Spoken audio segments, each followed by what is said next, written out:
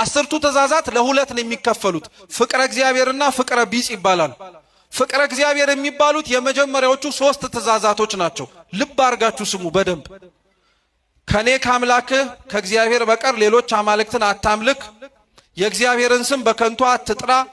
የሰንበትን ቀን ትቀድሳት ዘንድ አስብ የሚሉት እነዚህ 3 ትእዛዛት እኛ ያለንን ፍቅር ለእግዚአብሔር የምንገልጥባቸው መንገዶች ናቸው ሰው እግዚአብሔርን በንግግር ብቻ እወድሃለሁ ሊለው አይችልም በስራ ፍቅሩን ይተረጉማል እንጂ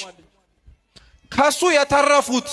7 ትእዛዛት እናትና አባትን አክብር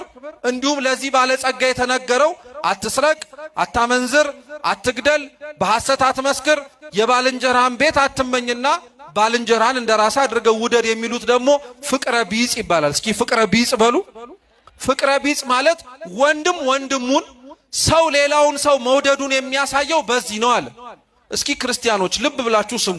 ከ7 እና ከ3 የሚበልጠው የትኛው እግዚአብሔር እኛ እንድንዋደድበት ካዘዘው ህግና እሱ እኛን መውደዳችንን ከምናሳየው ህግ በላይ የሚበልጠው የትኛው እርስ በርስ የምንዋደደው አይበልጥም አዎ ይሄን ለምን ይመስላችኋል ሰው ለእግዚአብሔር ያለውን ፍቅር የሚያሳየው በአምሳሉና ባሪያው የተፈጠረው ሌላውን ሰው በመውደድ ስለሆነና ስለሆነ ብቻ ነው